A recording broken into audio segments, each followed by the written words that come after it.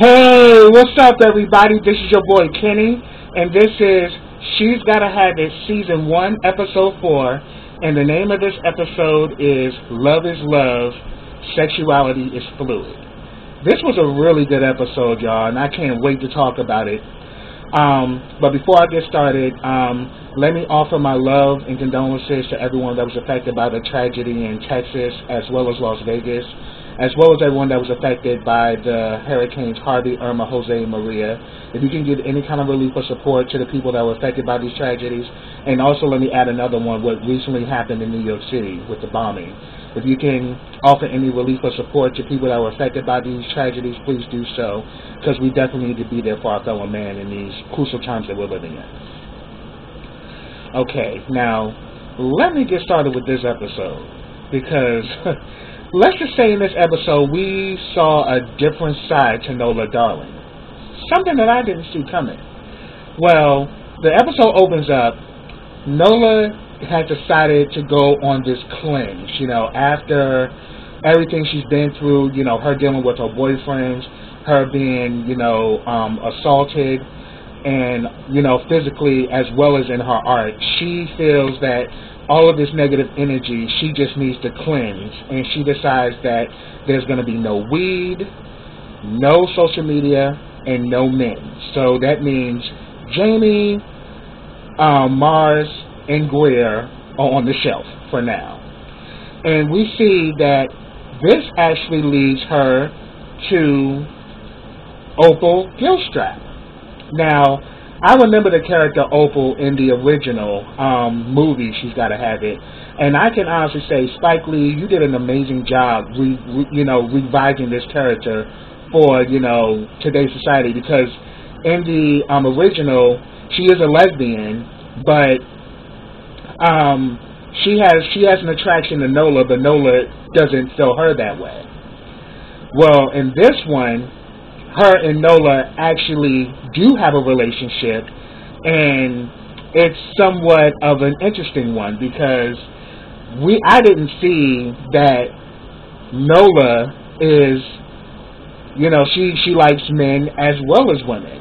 And her and Opal, that opening sex scene, baby, they were doing the damn thing. I was like, yes, lesbians, get your life. I was so here for it. And, Opal her and Nola actually dated when they were in college. So they go way back, way before I think she even met the men. But Opal, loves Nola because Nola is so passionate and she's so ambitious and she's so driven. She likes those things about Nola. But then again, Opal is what I would define as a grown-ass woman. She ain't got no time for the BS. And, Opal actually has a daughter named Skylar who's pretty much like preteen. And she pretty much is a businesswoman. She owns her own nursery, and she's a woman that is very passionate, loves life, knows what she wants, and she's serious about her life and her well-being. So we see that after they had their little passionate lesbian kissing session, she pretty much spends time with Opal at her nursery, and she pretty much says that I really want to get something for Skylar, but I don't have any money. So could you buy this for me and say that this is and give it, won't you buy this for me and I can say that it's for me? And I'm like, Nola, really?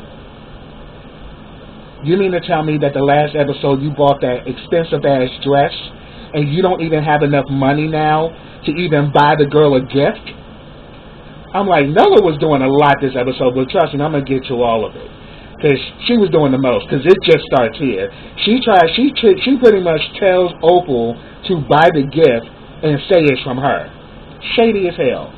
But Opal does it, and she pretty much invites Nola over for dinner, but she says that, she doesn't know she can make it because she has to meet up with this guy, Terrell, who's a fellow artist and a friend of hers, and she also has to make her therapy session. but she says if she can, she'll make it over. So they pretty much part ways, and that's the end of that. Then we go back to her therapy session with Dr. Jameson, who's played by the great Heather Headley. Love her voice. And in this session, she's talking about Opal, and we actually see that Nola really has a strong attraction to her. And she really likes her, and she's saying that, if she were to somewhat aspire for a relationship, it would be with her, and she just finds herself, more attracted to Opal. And it's just kind of funny because it's just like a totally change of events, from the stuff that she was dealing with the men, Jamie, Mars, and Greer, totally different situation. So Dr. Jameson is kind of intrigued, like, this is like a change of events. I mean, because all you've ever talked about were the men in your life and all of that. And then all of a sudden now you're talking about this woman, and it seems like it's really passionate. And pretty much Noah says she defines herself as a sex positive. She defines herself as a sex positive, polyamorous, pansexual. And I'm like, girl. Okay, we'll give you that. If that's how you want to define yourself, that is what it is. I mean, hey, who am I to judge? But I'm like, really, girl? Just say you bi. Like, was all this extra shit. But then again, pansexual, you're attracted to the person, not the sex. So I can relate to pansexual as well. So I'll give you the break on that. But then this whole line of thinking, I'm like, okay, girl. Anyway. But then we also see that when you really think about, Opal and Noah's relationship, we can definitely tell within that relationship, Opal is far more mature than Noah. And here all this time, we saw her interacting with the guys. She was always the mature one, because the guys are a trip. Each of them have their ways about them. I have to say my favorite's Mars, though. But, excuse me. Ooh, sorry about that. Ooh. Forgive me. But regardless of that, though, they all are different, but she was always the mature one out of the situation. In this situation, it's like somewhat the tables have flipped, and Opal is very mature, and it seems like Nola is like the childish one now. And it's crazy. Because, what I mentioned before? First, she got Opal to buy the gift to say it was from her. When it came down after her session with the therapist, Dr. Jameson asked how does she want to pay. She says, oh, I don't have any money right now, but from the looks of things, you're an artist. I can paint you one, for free. We can kind of work like on a little barter system. I'm like, sweetheart, that's what you do before the session starts. You don't get the session and then say, oh, I ain't got the money right now. You lucky Dr. Jameson was the kind of person she was, because you would have pulled that shit with somebody else, they would have whooped your ass, Nola. Seriously. So I'm like, and again, it's kind of showing that she is kind of childish, because that was very childish. Like, because if you were an adult, you let people know up front. You don't, it's like, for example, like you go into a restaurant and you're going to sit down and eat. You know damn well you ain't got no money, but you sit there, you order from the menu, you eat the food, and then when the check comes, oh, I'm broke. Really? No, that ain't cute. But Dr. Jameson says, we'll talk about it. But at first she kind of gave that look like, I know this bitch did not just pull this bullshit. And I kind of had the same thought, like, really? Like, girl, where they do that at? Seriously. Yeah, Noah was tripping. So after that session, she actually goes to meet up with Terrell, who's a friend of hers, who's also an artist, and they meet up at his father's retirement party. His father's retirement party. His parents are Caribbean, and she's there as like his +1, and he's pretty much telling them that Nola's his girlfriend and all that. And Nola at this party is getting really fucked up. Like she is really getting drunk. And then we see later on in the party, she's outside, she's drunk as hell, and then she pretty much goes outside to meet with Terrell, but Terrell's not alone. Terrell is actually gay, and he actually has a fiance named Stefano. And Stefano was fine too. So I'm like, pretty much, Nola was there as his plus one to deal with his family because he's in the closet, but he's engaged to his lover. And we actually saw them kind of making out, when they were outside. She walked up on him, and they pretty much started talking with each other. And Nola's like, you know what? I don't know what your problem is. You just need to come out. Why are you trying to hide all of that? And I was like, and Stefano kind of like, yeah. It was kind of funny. But Terrell got her completely together, though. And pretty much, he was like, now, hold up, bitch. I know you, of all people, who has 3 men and a woman that you're sleeping with and don't have no interest in making no type of commitment whatsoever, going to tell me that I need to come out and commit to who I am, like I already haven't done it. First of all, bitch, I ain't told my family because my family's Caribbean and they ain't about that gay shit, and if I know if I come out to them, they'll probably disown me.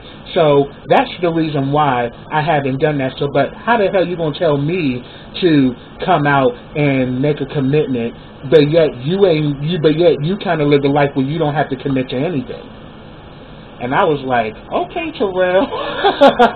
Terrell, definitely she wanted the kids because she definitely read the fuck out of Nola's ass. So that was everything.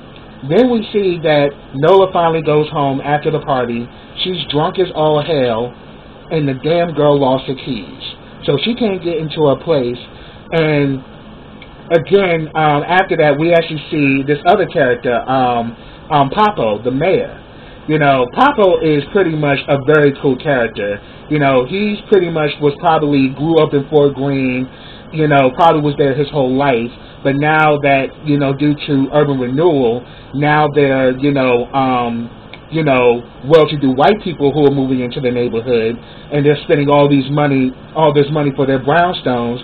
But he is used to what Fort Greene was, a place where, people lived and they've been there their whole lives. So he's been a product of Fort Greene, Brooklyn, his whole life. So that's his neighborhood. And, we see him being on the stoop blasting his music, very reminiscent of, Brooklyn, like, and Do the Right Thing, so he's just like, this homeless guy who pretty much everybody in the neighborhood knows. But then there's this one neighbor, I think her name is Naomi. She's this white woman, and she's forever going off on him for playing this music. But he's actually a good friends with Nola because they went to school together. And they pretty much grew up around each other. And he's an artist too, but he's homeless. And he pushes a cart throughout the neighborhood, and he tries to sell his art. And he's pretty much a starving artist. But he's really good though. And him and Nola are really cool. So pretty much him and Nola run into each other, and she lets him know she's locked out and she lost her keys. So, he decides that, you my girl, I'm not gonna let you walk out here by yourself. I'm gonna walk with you. So he walked with her, because she's decided to go to her mother's house and crash there. They get there, and he even buys, a piece of artwork from him, because she supports him because she's an artist herself, and she supports the arts, and she knows how talented he is, but, she kind of in her mind is like, I don't want to end up where he is, where he's an artist, but due to the fact that he didn't get the right connections, he was never able to profit off of his. He wasn't able to profit off of his creations. But yeah, he's definitely good. So she goes to her mother's. They get to her mother's place. She decides, she's not going to go there because she doesn't want to wake them up. And I'm like, really, bitch? You walked all the way there, and then you decide, oh, I'm not going to go there because I don't want to wake them up. You know, I'm an adult and I have to handle my own responsibilities. All responsibilities and shit. And I'm like, Nola was tripping throughout this whole episode, and it's just crazy. So after that, we see that she tries to reach out to her friends. She calls Shemeka. Shemeka's at work, you know, at the Hot and Trot. She's about to, you know, be on stage dancing, so she can't answer her phone. But that scene was funny because her boss, Winnie Wynn, who's played by Fat Joe, he had me dying. Because he was just going off like, y'all motherfuckers ain't in here making no money. I ain't got no money throwing up in the damn air. He's like, I love y'all. Y'all my family. But if y'all don't make me some motherfucking money, I'm putting all y'all asses out on the street. Fuck this shit. Y'all bitches better get somebody out. Like, he was just standing the hell out. And they just looking at him like, all right, Winnie, just shut the fuck up and let's go. Like, it's just like they used to him being that crazy. And it's just funny because he's just saying, I love y'all, y'all my family, but I'll put all y'all asses out on the street. Like, oh my God, that scene had me dying. Then she calls Clorinda. Clorinda is getting her back blown out by this white guy. She actually answers the phone, and he's like, hang up the phone. And eventually she does hang up the phone, but I'm like, girl, trust me, if you was getting the dick, you would not have picked up that phone. Trust me. If you getting that, you ain't calling. The phone would ring. I wouldn't answer it for nothing. And I know there's people out here who agree with me too. So Corinda was getting some okay dick. We'll give it that, because she was moaning, but it wasn't that good that she decided to not answer the phone while she's having sex. So she pretty much, you know, realized that she doesn't have a girls to reach out to. She decides to go to Opal's, and Opal is pretty much kind of fed up because she's kind of like, oh, so what happened? You ain't have no, you know, you ain't find one of your little boyfriends or something, you know, to go shack up with tonight, and because, you know, she's mad that she invited Nola to dinner and Nola never showed up. But she shows up in the middle of the night, and her daughter's sleeping, and she's telling her to be quiet. She's got on these clogs, and she's making all this noise. I mean, so it's like Nola, even drunk, she's just all over the place. But then, you know, Nola did kind of have to let, you know, Opal know, like, look, I told you that I wasn't talking to the guys. I was out with my friend Terrell, and Terrell's gay, you know, so nothing, you know. So nothing like that is going on. She's like, oh, so you mean to tell me he's not sexually fluid and doesn't sleep with both like you? And I'm like, all right, Opal, you doing too damn much. But she was kind of in her feelings. But again, I said that Opal is that type of chick that ain't for no bullshit, you know. And you know, she's very mature. And we're kind of seeing that Nola is not as mature as we thought she was. And that's definitely what we see in this episode. So pretty much we see that she also had this, you know, she pretty much had this art piece that she had bought from Papo, and it smelled, and she's like, what is that odor? It's like, oh, I bought this from Papo. You know, he's a friend of mine, and he's homeless, but he's a great artist. And but the artwork smelled, so she comes in there with stinking art. She's drunk like a skunk. And then she's being loud on top of it. So the next morning she wakes up, and we actually see Opal's daughter, Skylar. Now Skylar is vegan. She's very precocious, and she is straightforward. Because immediately when she sees Nova, it's like, oh, so are you dating my mom? Because my mother only brings women home that she's dated. So tell me, who are you?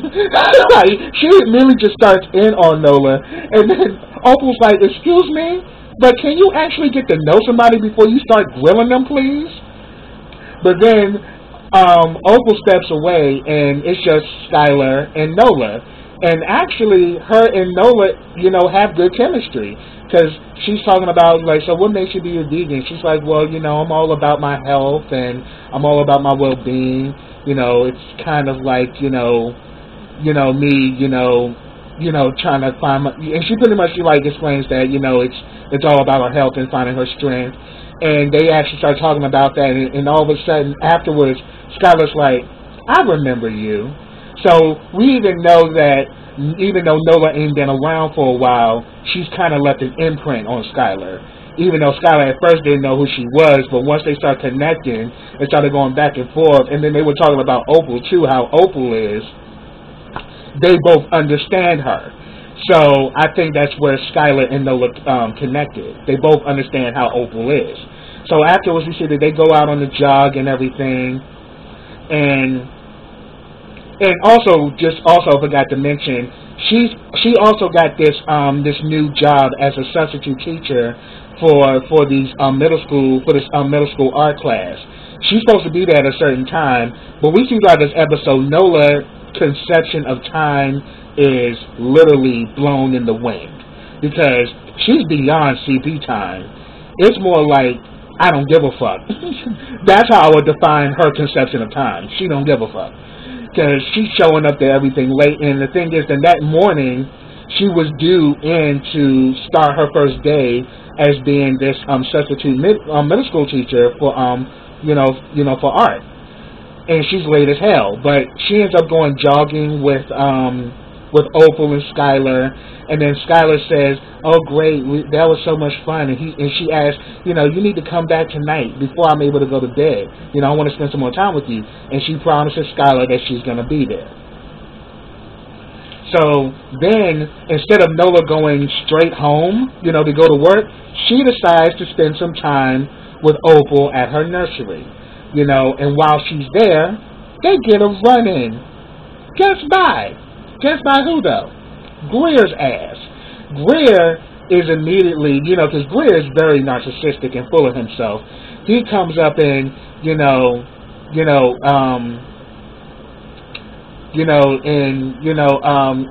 she's like, he's like, Nola. And all of a sudden, Noah's kind of like, oh, God. But then, like, Opal's like, can I help you? She's like, I'm a friend of Noah's. And she's like, yeah, so am I. And she introduces herself as Opal or whatever. But you can definitely tell the tension was there between Opal and Greer. Because she was kind of like giving that thing, like kind of giving him the brush, like, that's my woman, back the fuck off. But then she pretty much says, like, it's okay. And then, like, Nola steps in and is like, it's okay or whatever. I'll talk to him. And just kind of blows it off. And it definitely kind of affected Opal in some way because she's like, why didn't you announce me that I'm your woman or whatever? Because she pretty much says, this is my friend Opal. Opal, just give me a minute. I'm going to talk to him. And he's pretty much like, like, this shit is killing me. When you going to end off this damn strike and shit? And she says that, look, it's not a strike, it's a cleanse. And once I'm there, well, she was like, well, once I'm there, you'll know about it. But right now, it is what it is. And then he's just like, man, I don't know how long I'll go with this. And, we just see that, Greer is all about getting his. But then he does let her know that, he likes the little booties that she had on. Because she didn't feel like wearing her Crocs. So Opal gave her some booties to wear. And he says, oh, yeah, I like the booties, too. So we actually kind of saw in that Greer does like Nola. But Greer is very narcissistic and all into himself. But we kind of see in that moment he does have an attraction to her. So we definitely saw that go down.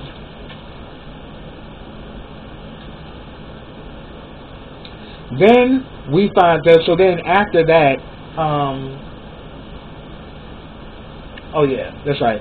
So after that, after she leaves the nursery, she finally goes to the middle school.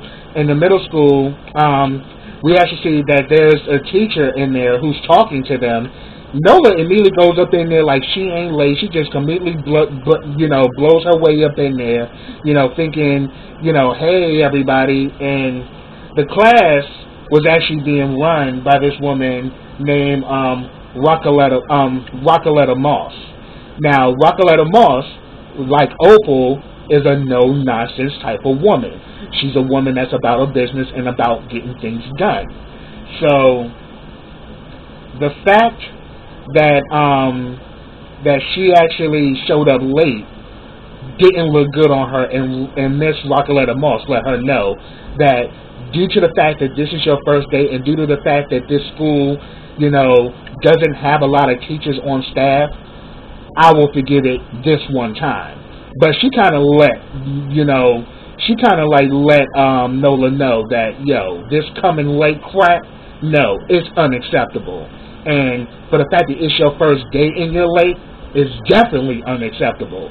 So I like Miss Rocoletta Moss because she is like that woman that it's about self-empowerment, but about getting things done and about having order. And we see throughout this whole episode, Nola has no type of order in her life whatsoever. And it's crazy. So then afterwards, she tries to bond with the class, and she's like, well, have any of you ever been late before? And none of them raised their hand. I'm like, no, bitch. They're not accepting it either. That's your first damn day and you late as hell. That ain't cute. But then she kind of breaks it when she starts talking about art. We can draw on canvases, but we can actually place art anywhere. And then she gets one of the girls to participate, and she's like, well, can I draw on your hair? And we actually see that actually helped her to bond with the class because she was pretty much, in good spirits afterwards. And we see that, she finally goes to her mom, and her mother had a spare key, so she made her a copy, and she puts the key around her neck. Oh, yeah, and Joie Lee, again, looks phenomenal, in this role as Nola's mom. So she gives her a key around her neck saying that she needs to be more responsible, and she needs to, manage shit better. And then we actually see when she gets home, she runs into Miss Ella, who's actually the landlord of her building. And Miss Ella pretty much let her know, like, look, your rent is late. You need to